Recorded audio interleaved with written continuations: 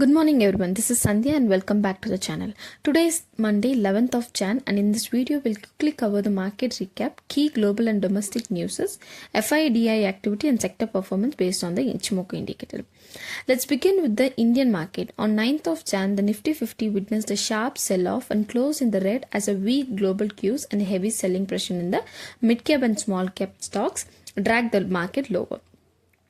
Persistent FI selling and cautious sentiment ahead of key global economic data kept the index under pressure throughout the session. Despite buying support from DI, Nifty failed to sustain higher levels and ended lower. From technical perspective, immediate support for the Nifty is placed at 25,620 followed by 25,450 and 25,350. These levels are crucial to watch if weakness continues. On the upside, resistance is seen at 25,800 with stronger hurdle near 25,975 where selling pressure may re-emerge. Overall, the sentiment remains cautious and in the index needs a strong close above resistance to regain momentum. Moving to the bank Nifty space, Nifty underperformed the broader market as a profit booking was seen in the heavyweight private banks and financial managers. Weak global cues and continued FI selling added to the cautious tones, keeping the index below key resistance levels. Technically, support for Bank Nifty lies at 59,000 followed by 58,630 if selling intensifies.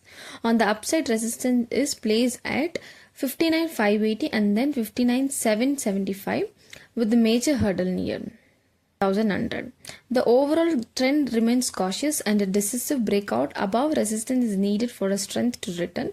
Now let's take a look at global markets. US stocks move higher after the latest US jobs data surprised investors. Hiring came in slower than expected while underemployment rate improved, creating so-called Goldilocks scenario, not too hot, not too cold. This kept the hopes of future Federal Reserve rate cuts alive without triggering fears of an economic slowdown. As a result, the Dow and S&P 500 and Nasdaq all advanced with the broad-based buying across sectors. Interestingly, the US dollar also strengthened the bond yield hedges higher, indicating that investors are reassessing the timing of rate cuts rather than ruling them out entirely. Overall, the markets are reacting positively to the soft landing narrative and investors are now closely watching up upcoming inflation data and earnings for further directions. Another important global trigger is the US Supreme Court's upcoming decision on Trump-era tariffs. These tariffs were imposed under emergency powers and the verdict could have a major impact on a global trade and financial markets. For Indian markets, this decision is crucial. If the tariffs are struck down, the export-oriented sectors like IT, metals, textiles, gems and jewelry would benefit from the improved competitiveness in the US market. However, if the tariffs are upheld, uncertainty may persist, keeping markets volatile in the near term. At the same time, gold and silver are attracting attention as the safe haven assets. Rising policy uncertainty often pushes investors towards precious metals. A clarity on tariffs could lead to some profit booking, but continued uncertainty may keep safe haven toward strong demand. Now coming to a big domestic news. The SEBI is set to clear the way for the long-awaited NSE IPO. After years of delay, India's largest stock exchange may finally move closer to the listing. The IPO was held back due to the co-location and dark fiber case where NSE was accused of providing unequal access to trading system, raising concerns over market fairness.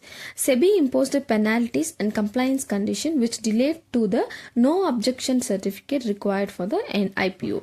With most of these regulatory issues now addressed and settlement process, SEBI is expected to issue the NOC soon. If this happens, the NSE IPO would become one of the biggest listings in India's market history, significantly boosting transparency, market confidence, and investor participation. In global corporate news, Walmart is set to join the Nasdaq 100 index on Jan 20, replacing AstraZeneca after shifting its primary listing from NYSE to Nasdaq. This move will trigger index fund and ETF rebalancing, potentially leading to nearly $19 million inflows into the Walmart stock. It also reflects a broader trend where consumer and retail giants are gaining prominence alongside traditional tech leaders. Meanwhile, a larger global investment trend is emerging. While US indices continue to make headlines, international equity markets, including Europe and emerging markets, have been outperforming the US due to lower valuation, currency benefits, and improving corporate earnings. This highlights the growing importance for the global diversification for long-term investors.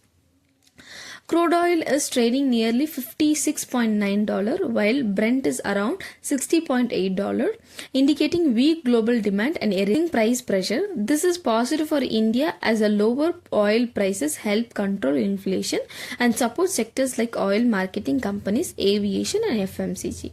On the other hand, gold is holding the strong near 4,532, reflecting safe haven demand amid global uncertainty and expectations of future rate cuts. Overall, soft oil prices are equally positive, while firm gold price suggests investors are still cautious. Commodities clearly signal a mixed up, manageable risk environment for markets. Now let's look at the institutional activity. On Jan 9th, FII were net sellers with around 3,769 crore flowing out of the Indian cash market. In contrast to DII stepped in as a strong buyer, adding about 5,596 crore, helping observe the selling pressure. On a month-to data basis, FII remains net sellers while DII continue to show the confidence with the consistent buying. Finally, sectoral performance remained mixed. On the bullish side, oil and gas, IT showed a relative resilience supported by selective buying and stable earnings visibility. On the bearish side, auto, realty and the broader mid-cap and small-cap space saw sharp selling as a risk appetite.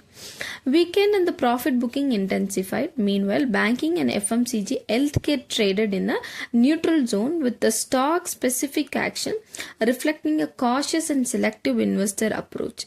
I have attached the list of top gainers and losses for your reference. That's all for the day. Thank you for watching and stay tuned for your next market updates. This video is for educational purposes only, so I'm not an SEBI registered advisor. Please do not make any investment decision on this. If you like video, please subscribe to the channel. Your one subscribe matters me and motivates me to do the better research. Thank you so much. See you in the next video. Bye.